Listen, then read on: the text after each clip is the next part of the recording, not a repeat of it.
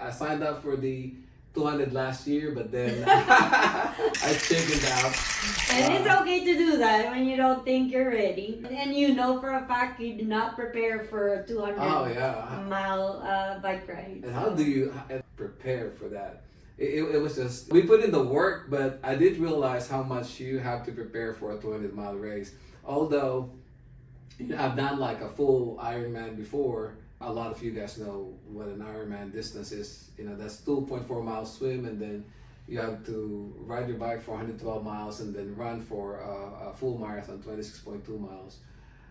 You did that how many times? I did it 3 times in the past. I can't imagine myself doing that. But the gravel race for 200 miles, it's just so different to be on the saddle and then and do it for 200 miles. The 100 miles was like, oh my God, that's about my... Yeah, so we didn't have enough time. We didn't have enough time to train. Yeah. But we did have enough time to train for the 100 mile. Enough to finish. Enough to finish, yeah, that's right. Especially for me, yeah. I think he had a whole lot less problem during the bike ride than me, but I'm so proud to say that I did finish. Yeah. Uninjured.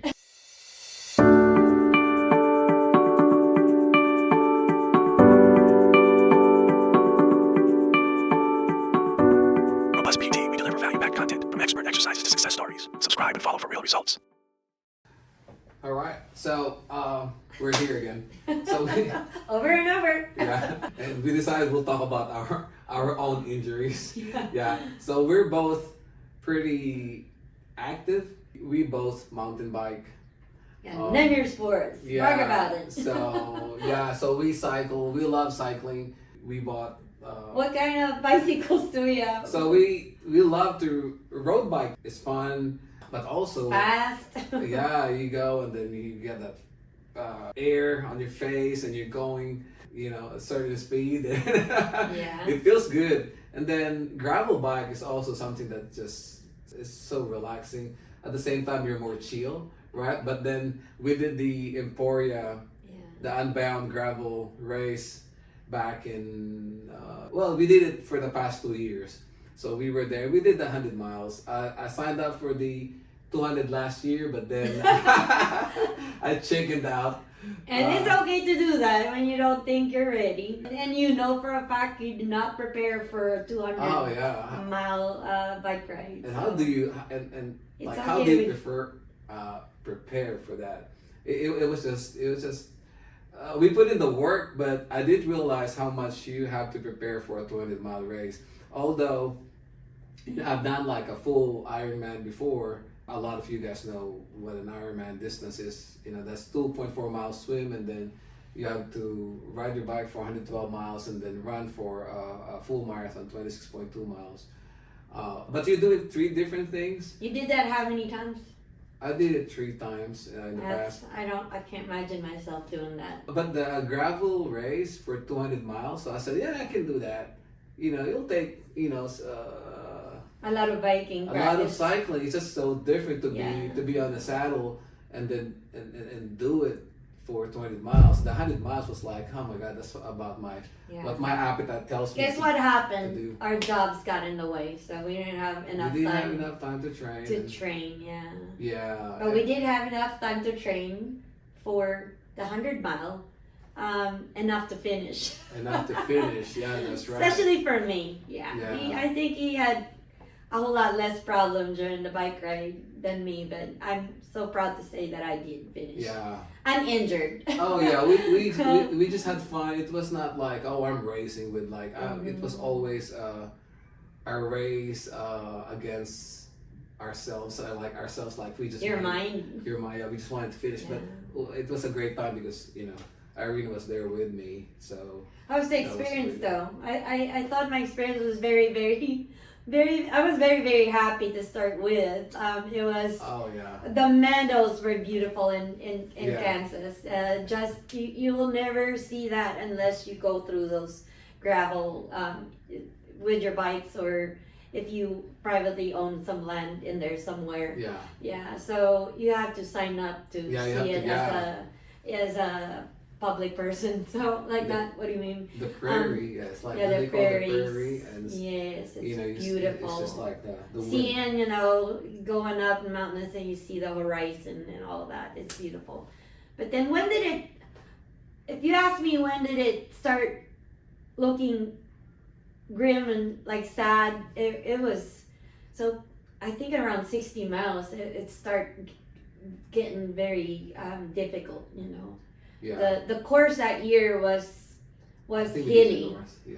It's hilly. It's much more hilly and they alternate the route, north and south, and we did the north and right. Am I right? And that was the hilly. So it's difficult, but you know what? The sweetest part was to finish it. To finish it with him, especially. So yeah, if you guys don't know, like a gravel riding is, you use the same, like very similar bike, like the style to a road bike, but you have a drop bar that is wider, and then you have wider tires. A little bit. That's got some knobs on it, so it's got a little grip. And you're on gravel, and some of them sometimes it's slick. Sometimes it's muddy. In some areas, especially when you have a bad weather the night before. Yeah, you gotta be careful on your turns going down. The hills. So yeah. Yeah. So we've unfortunately I've spilled on some of those turns in the past as well. So mountain biking is another one that we love to do. We both kind of dabbled into. We probably do most of that than any type of biking. Right now we're doing a lot more mountain biking more than anything else, because we have a local trail close to us. It's Baker's Creek. It's literally 3 minutes away from our house. Back in the day, it was like Panthers Creek, which is here in Morristown. But now we moved to Knoxville, and our house is literally 3-minute bike ride. We literally bought the house that we live in now because it was half a mile away from the trail. That's one of our biggest reasons. Yeah, if I'm not mistaken, I think we can put in 30 miles, 40, 50 miles of riding. Yeah. So what they did is they connected all the trails, local trails, and they made a big trail out of it. They call it urban wilderness, and that's pretty fun. So that is close to our house, so we go there quite a bit. And why do we like mountain biking anyway? What would it give to people? What I love about mountain biking, I work the hardest when you're riding a mountain bike. Yeah. So if you really want to work, and this is your VO2 max, I think that's where I get really maximize my power. I'm always there at that zone 5, 6 plus. 6? But I think it's one of those things that very technical really push you. Yeah. So we ride mostly. You have to use your smarts. Yeah. Knock on wood, not had any broken bones from doing mountain biking. It's very common to do that, but for people that we know that loves mountain biking, it's worth it. The happy hormones that you get out of it while you're doing it, like a kid, going downhill and going so we've done downhill. It makes you so happy, like a kid. Downhill mountain biking, she loves it. We just go and I'm not fast like people. You can pick up some speed. Sometimes I get scared, but it is so much fun. So it's exhilarating. If you want to feel like a kid again, go downhill and say go woohoo. Go downhill. You'd hear me going downhill and say I don't care if anybody's out there or whatever, but it makes me go woohoo like a kid. It's so much fun. It brings chills. No kidding. It makes me happy just thinking about it, like being a kid again. Yeah. So that's so important. At 53. Trying to hold on to your strength and power and your speed. And youth. Balance. Yeah. You need all those. So, and we always try to share with our clients, because we have recovered from our injuries as well, and those experiences that we've had from doing sports and getting injured, we apply it and we learn firsthand and then apply it to our patients. So we also love to snowboard. So Irene is pretty decent at snowboarding. I don't know what that means. Pretty decent, but That we've means been that means you're several not a up the beginner mountains, anymore. Yeah. Whistler, Snowshoe, and the smaller ones here around the Carolinas, Yeah. even Gatlinburg, and we have, I can't knock on wood, Yeah. we've not had any major injuries. Snowboard injuries, like of course I've hit the ground pretty hard at times. Shoulder, I I think shoulder. yours is shoulder. So we have several of Mine's those cases. knee, Yeah. this right knee last winter. Yeah. Yeah. But other sports, I still love to play golf. If I have some time, I'll go back at it and there's just I think golf is. I think golf is for smart people. Maybe smart and focused people. I don't know. I'm curious to see how I would fare. It's fair right since now. I am healthier Calmer. and my body calmer, and my anxiety level is not as. It's not really high anymore. So running is also a part of our activity. If we have time, we'll go and run. It's easy, free. You don't have to pay. You've done a half Ironman before, so Irene has completed a 1.3, is it 1.2 mile swim, 56-mile bike ride, and also 13.1 mile run. So we both did it back in 2021. We signed up After during the the pandemic, Yeah, we and signed up for it the took pandemic. us. You trained for a long while, So you trained probably, I think, about 7 months, 6 months. something trained? like that. Yeah. And it's just never swam that much distance. So you Swam in the pool. I learned how to swim in the pool a little bit. He taught me at first, and helped me quite a bit. But you have to swim open. Like our race was in Memphis, and it's a lake, and it's open. So I've never swam like out in the open, and I have to and he's not watching me because he's in a race too. So that was scary. But I calmed myself enough that I was able to do it without the wetsuit. Mm-hmm. It was wetsuit legal that day, and I you did. killed it. So I'm very proud of that. Yeah, you all should try signing up for something that you're very scared of, because when you make it, it just feels awesome. You feel you're superwoman. It makes you want to try other things from then on. That's not easy to do at all. To do a 1.2 mile swim, open water, no wetsuit, and you don't even swim, right? And then you just learn. You learn how to do it. I hired a swim instructor. Yeah, we had four or five sessions. For several sessions, and then she picked up the basics pretty well, and she just did it. So I do have a funny story, but kind of inspiring as well. But I don't know about the swim part, but I think we can talk about that next time. Next time. We do love to hike. We love to to camp, hike. Anywhere, And, like around town, around Gatlinburg, of course, Mount Licon. We've done that a few times. Done it when it was icy. It was fun. We've done, the most recent one is in Arizona, to go down to the Supai village. That was fun. With some gear. It was more challenging, but it was fun to do it with him and my brother and my sister-in-law.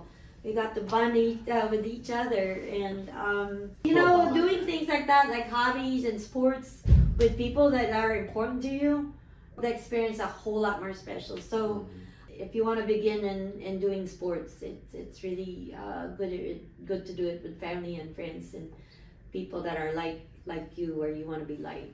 What else do we get into? I tried skiing. Skiing wasn't for me. I don't know how it would fare again. Like back in the day, I had anxiety and all that, so I have not tried skiing again since I had that injury. I quit after I banged up my knee.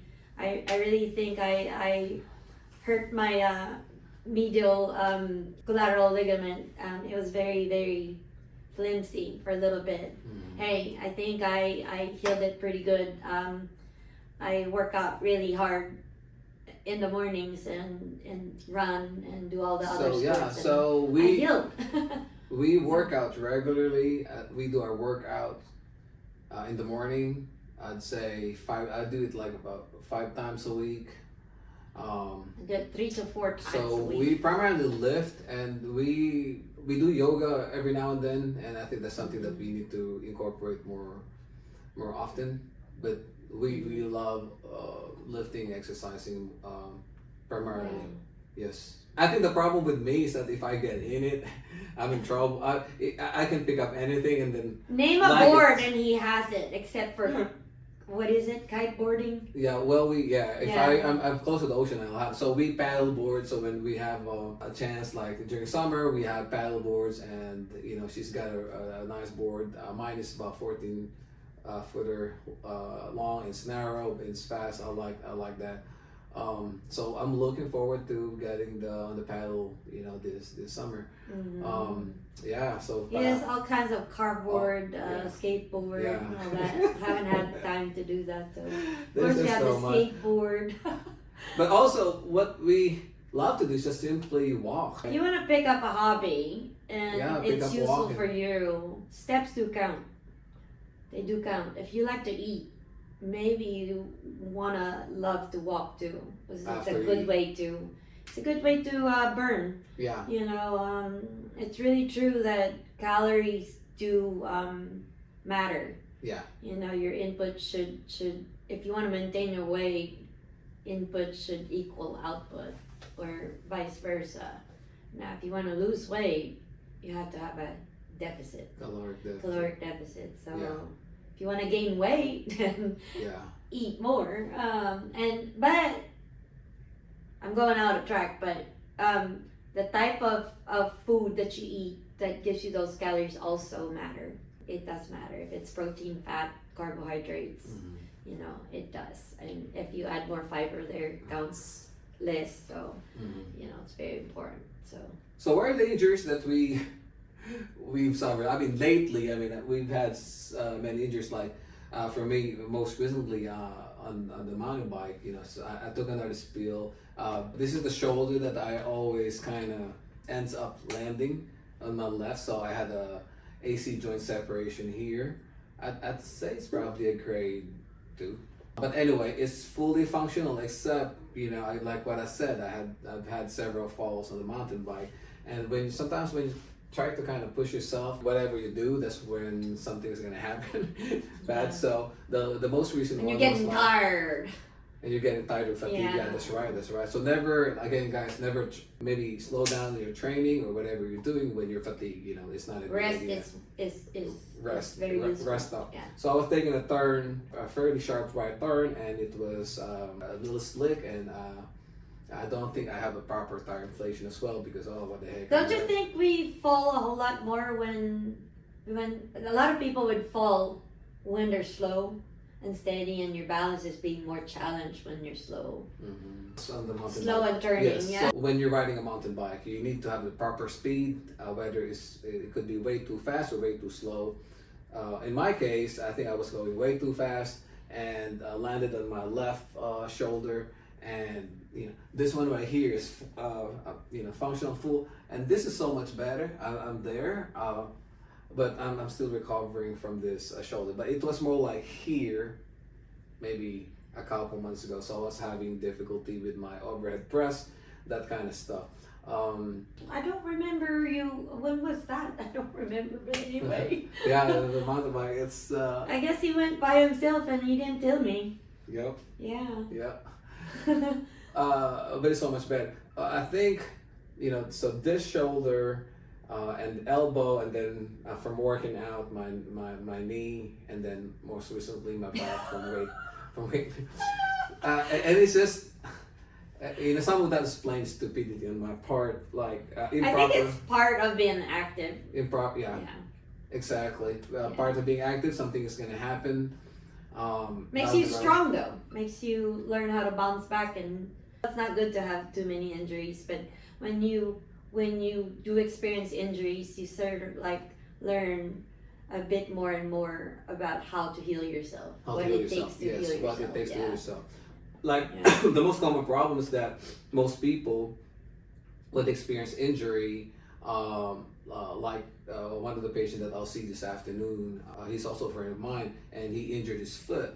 And ever since he injured his foot, he said, it really hurts. So, I'm not walking that much anymore. I'm not doing this much anymore. And then he was surprised that by mobilizing and moving his big toe, gaining some strength of those of the muscles in his both feet, different exercises, and gradually increasing the amount of time that he walks, actually made his symptoms a lot better. So in my case, I had ongoing lateral epicondylitis.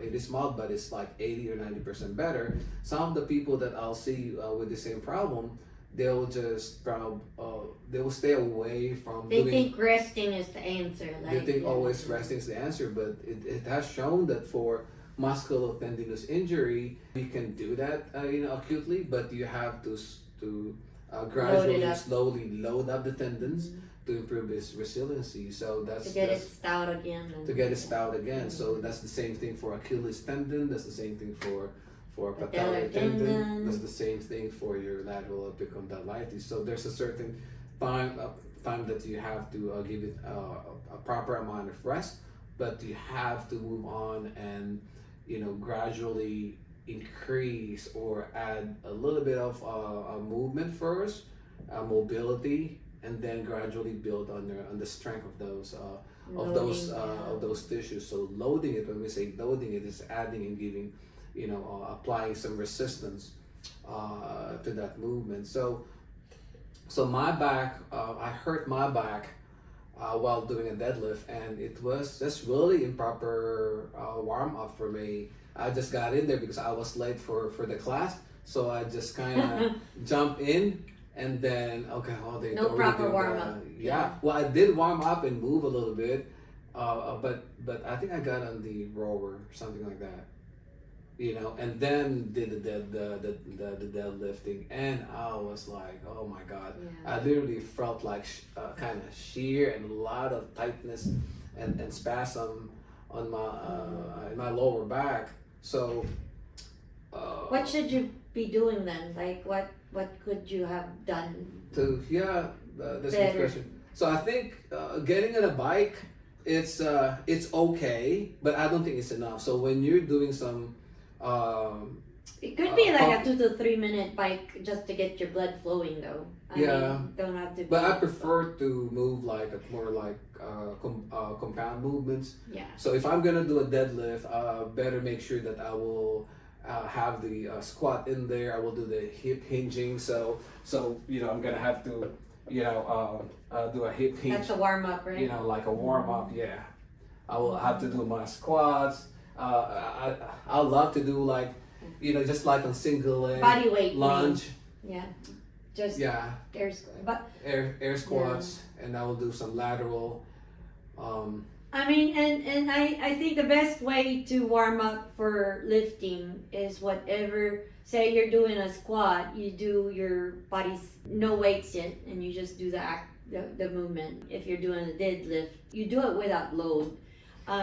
I think that's the best warm up too. It's just going through the movements of what you're gonna load yourself. And when you're lifting, it requires so much neuromuscular activation. So your nervous system has to be ready to do something difficult or hard. So you have to kind of wake that up.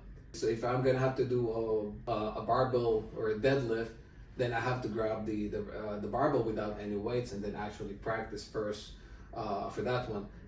Maybe you need to activate your glutes first, and then do some single leg deadlift without weights and get those muscles going, lateral lunges and that kind of stuff, just to stimulate your central nervous system to hey, we're gonna be doing some hard work and get ready. So that's probably a good way to start your activate your neuromuscular system by moving. Not just like I'm gonna be like here on a bike. Yeah, that's gonna get your blood flow. That's okay. You can probably spend 3 minutes on that one, but then start moving prior to lift. So my back bothered me for, I'd say, about 7 to 10 days, and it gradually got better after about 4 or 5 days. It's starting to calm down, and I did not. Most of my patients, they will just, I hurt my back, and they will really guard themselves and really stiffened up and like, and I know that could be detrimental. So when you have a strain in your back, I think it's normal to guard it, because that's that's what your nervous system tells you, is to, hey, you hurt yourself, let's go ahead and guard that to protect that injury. Really, it's just telling you to slow down a little bit, or just, okay, what have I done to cause this muscle spasm? So try to reflect on that before you move. It's just like a warning device that your body says, hey, you didn't quite do it right, so reassess how you're gonna do this next one. But in your case, though, it's fairly much more simpler, because you didn't have any other symptoms. No, you had just pain and tightness. You didn't have nerve irritability, numbness, tingling, burning, shooting pain, all that. You didn't have all that. So in those cases, it's a bit different. There might be, if there's true tears or whatever, like a herniated disc or whatever, that you treat that a little different.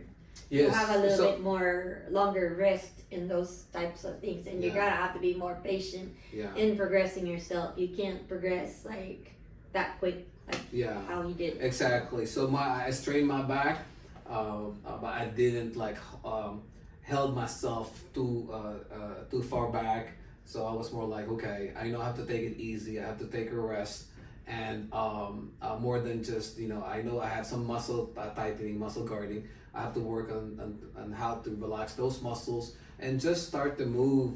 Try to put myself in a position or movement that will kind of prep my body to, okay, you don't have to tighten up. You have to relax a little bit there, start to move a little bit more, and before you know it, my back starts to feel a lot better. Most of the common mistakes that some of the patients that we'll see is that they held back too long, and they are rested way too much, and so don't worry when you have a simple muscle strain or you hurt your back.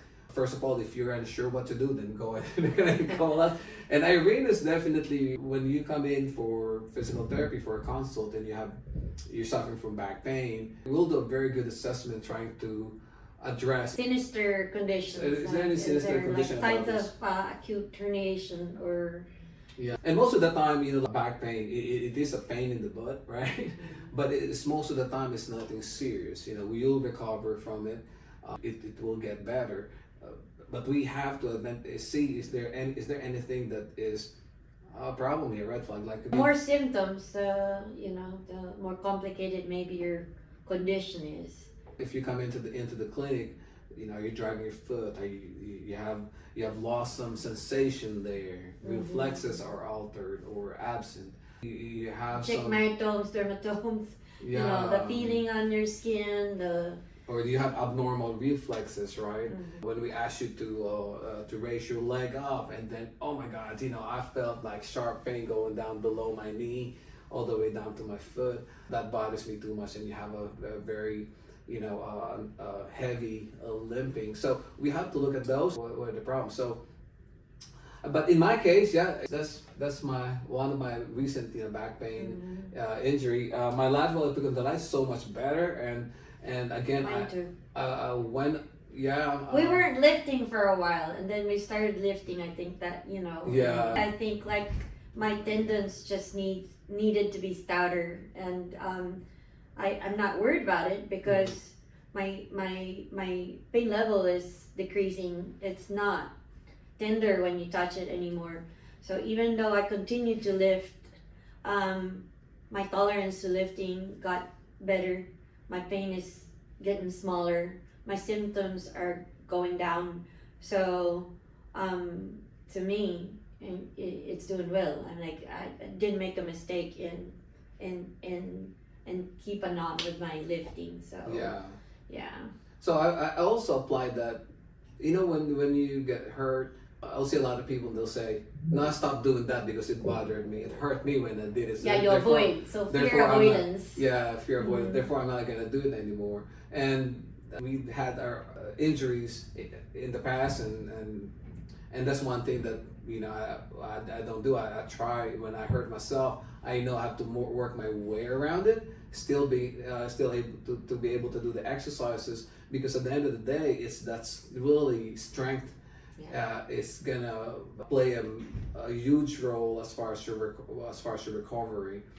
It has a long-term benefit. So we try to exercise the part, load the part, but not exactly go through like, okay, I'm exercising and 7 or 8 out of 10 pain. Well, maybe you don't want to get there. Maybe you want to find a different movement to exercise the body part. But if your pain level and you're going through the exercise, maybe a 2 or a 3, that means it's a mild discomfort or mild pain. Maybe it's okay to proceed. But then if you exercise and you have significant amount of discomfort or soreness the following day, maybe you did a little bit too much. It is good to move with some discomfort, but also you can hurt yourself if you are not mindful of how much you're doing. And some people are like the opposite, like they're overdoer, like they push and push and push. Well, they said no pain, no gain. Now, I gotta say something about, you have 7 out of 10 pain the first time you did bend over and touch the floor, and you just made it to your shin. Sometimes if it's stiffness and muscle spasms, if you just work yourself, you just do a few repetitions and the stiffness and the muscle spasms starts going away. That's always a good test to see if you should proceed or not. What I'm talking about is unloaded though. You at least work on the movement, unloaded, to bounce back from whatever injury you got. That's true. It won't break your. I don't think anything should get significantly worse. As far as tearing yourself up by just moving, like doing a normal movement. So there's in therapy there's a term that we use, like movement with mobilization. So we ask our patients to move. If it is a forward bending, it could be very painful, and we do some mobilization and allow them to maybe to regain neck rotation, maybe to regain side bending, or maybe to regain just looking down or looking up. It could be painful at the first couple of movements, 7 out of 8, but it doesn't mean you have to stop there right away. You gotta wet it. Yes. You gotta wet that. Yes. Yeah. So in that way, you can actually, sometimes when it hurts to bend over, actually doing it a few times with a guy, maybe with a therapist that can help you, it's amazing how much you're like, oh my God, that movement used to hurt when I came in here, but after doing this movement, it hurt in the beginning, but then after several repetitions, it doesn't hurt anymore. Now, I call that re-educating those bratty little muscles. Yeah, and structures in there that's sensitive. Like a bratty little child that cries. You have to sort of like give it some boundaries and no, you can't get your way out of this. You have to learn how to do it again. So you teach those bratty little muscles and structures to take a little bit of that hardness and that discomfort to get back in function. They're complaining, and then can you also use the term habituate for them? Habituation. Is that? I guess you do habituation to get used again to those movements. And for those people, the problem is reacting. The structures are reacting a little too much, and you desensitize them by giving them the dose of what they're trying to avoid. it's almost like phobia. You know, you're afraid of something, and if you want to get over that phobia, what do? You have to expose yourself little by little. So, yeah. That's so the true. same thing. That's awesome. Yeah. That's a great thought. You have any more hobbies that you want to brag about? Any hobbies I want to do that you don't know yet? You forgot to tell them about our most recent bike purchase, our dirt jump bikes. So at 53 and at 52, we thought about buying ourselves dirt jump bikes. Learning how to jump. What is a dirt jump bike though? Well, they look like BMX. You know, and what do you use them for? Bikes larger than BMX bikes. I mean, you just hit some crazy. Usually, it's a bike park where they have like what do you call them things? I don't know. You have like ramps that you fly over and you know, things like that. And last year we tried it, and we had did we have a couple coaching, maybe one coaching? Yeah. Mm-hmm. And we're not good at it yet, so but we're working on it. We're like fun. little children that wants to learn, and you can do the same. You know, we're not being dangerous out there and trying to hit air and landing, you know, things like that. You're gonna hit some air, Yeah, but you can start slow. The fact that we excited about learning something like young people can do and older folks think they shouldn't do, I think is a battle we won, because I feel like my mind is so much stronger by just saying yes to things that I could learn, and you know, now at 53. So it could be as simple as like you're not walking, and your sport right now is walking to around the house, you know, outside. Start with that sport. Just walk outside. I love walking. Yeah. Add some heels later on and all that, you know. Exactly. So don't be afraid. Don't be afraid to take up a new hobby. Sky's the limit. Be wise. Be smart. And then just remember, you pick learning and preparing yourself for any of these things. So. And just remember, if you pick up a hobby, injuries comes with it, but don't worry, that's part of it. You'll recover from that, and we're here to help you. Or you just listen to one of these talks about, you know, injuries and how to recover from it. And while learning it though, you can currently try to get your body conditioned for whatever sport that is. So that's important to if you don't know how to gain your strength, mobility in your joints for whatever sport you're thinking about. I think usually research, ask, you know, what would help you to do that. Yeah. Cool. Come here. Awesome. Great. That's pretty much it.